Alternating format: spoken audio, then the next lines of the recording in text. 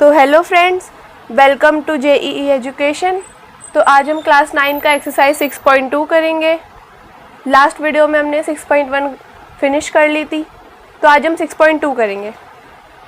तो 6.2 का first question, in the given figure find the values of x and y and then show that A B parallel to C D.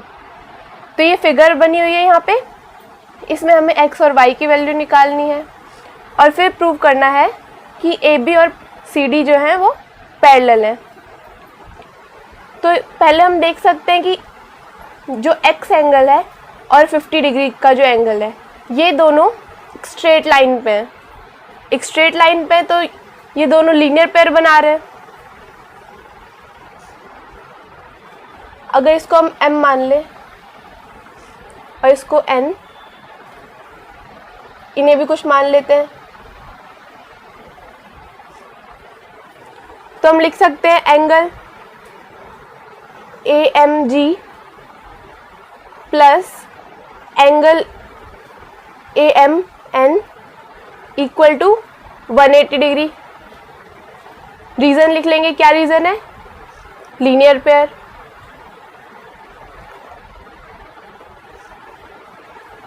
अब angle AMG क्या है?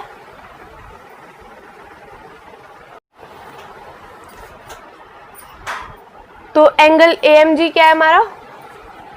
50 degree. और angle AMN क्या है हमारा? X equal to 180 degree. तो X equal to क्या हो जाएगा? 180 डिग्री माइनस 50 डिग्री, तो X आ गया 130 डिग्री। X की वैल्यू निकल गई। अब हम यहाँ देख सकते हैं कि y और ये 130 डिग्री, ये दोनों वर्टिकली अपोजिट एंगल्स हैं। और लास्ट वीडियो में हमने पढ़ा था कि वर्टिकली अपोजिट एंगल्स इक्वल होते हैं। तो हम यहाँ लिख सकते हैं angle MND equal to angle CNE। क्या रीज़न है? Vertically opposite angles. MND क्या है हमारा? y। एंगल CNE क्या है हमारा? 130 डिग्री। तो x और y की वैल्यू निकल गई। अब क्वेश्चन में क्या बोला है? शो करना है हमें कि AB और CD पैरेलल है। तो हम पहले देख सकते हैं कि x और y इक्वल हैं। x और y इक्वल है। और हम यहाँ देख सकते हैं कि x और y ऑल्टरनेट भी हो रहे हैं, ऑल्टरनेट भी बन रहे हैं। तो फिर हम क्या लिख सकते हैं? Since x and y are alternate angles, since x and y are alternate angles, therefore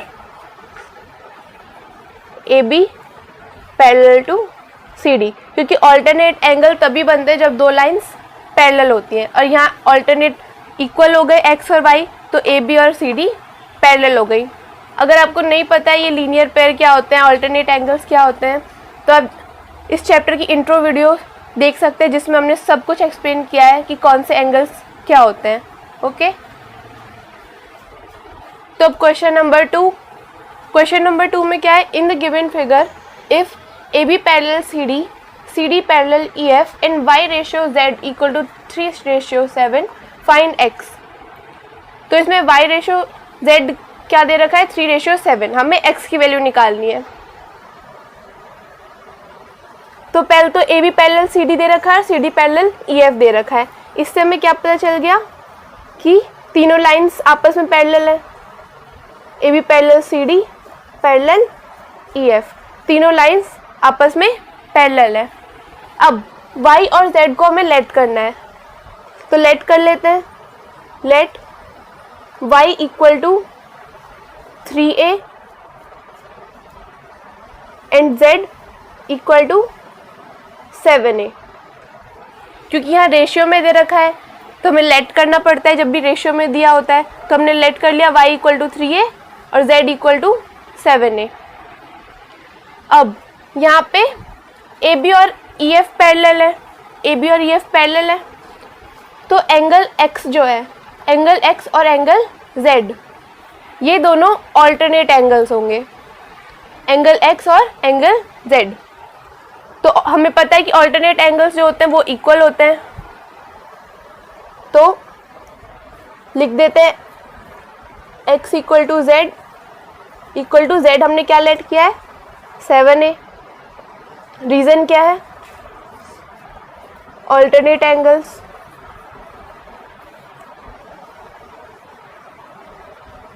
alternate angles क्यों, क्योंकि A B parallel E F है। ओके, अब हम यहाँ देख सकते हैं ए बी और सी डी भी पैरेलल है। ए बी और सी डी जब पैरेलल है तो एक्स और वाई इन दोनों का सम 180 डिग्री होगा। क्यों होगा, क्योंकि ये को इंटीरियर एंगल्स बन रहे हैं। अगर आपको नहीं पता को इंटीरियर एंगल्स क्या होते हैं तो आप 6 चैप्टर का जो इंट्रो वीडियो है वो दोबारा जाके देख सकते हैं, जिसमें सब कुछ समझाया गया है अच्छी तरह से। तो A B parallel C D है, A B parallel C D, therefore X plus Y equal to 180 degree. क्या रीज़न है, co interior angle.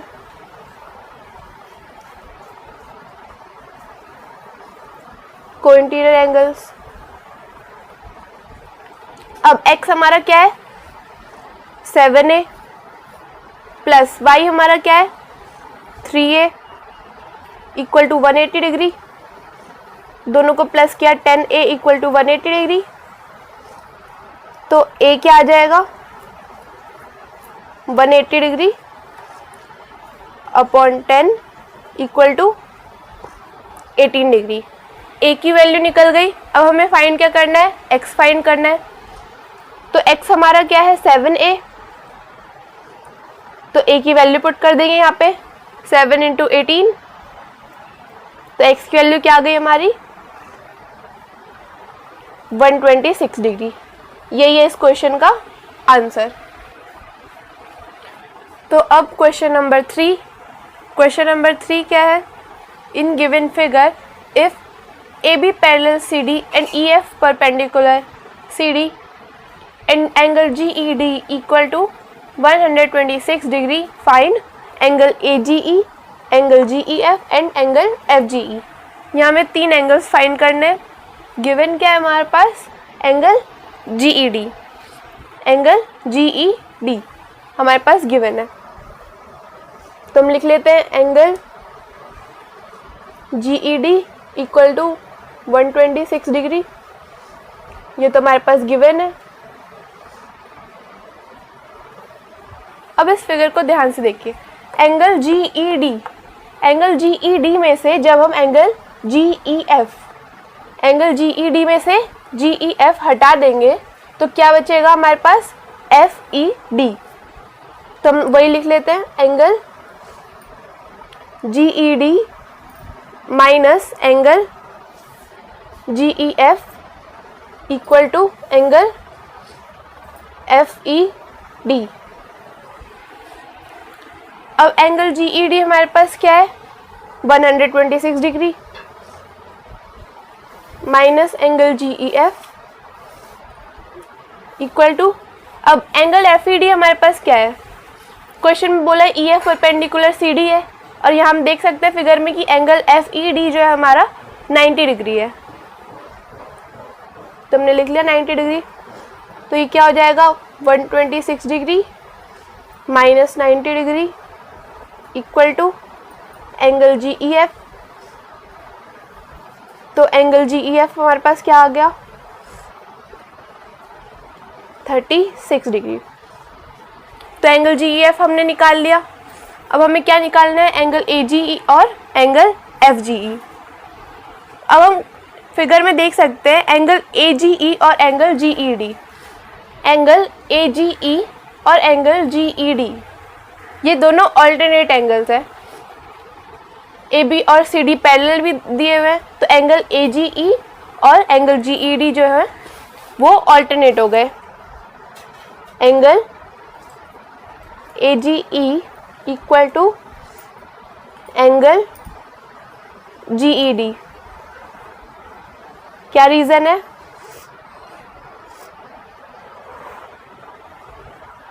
Alternate angles.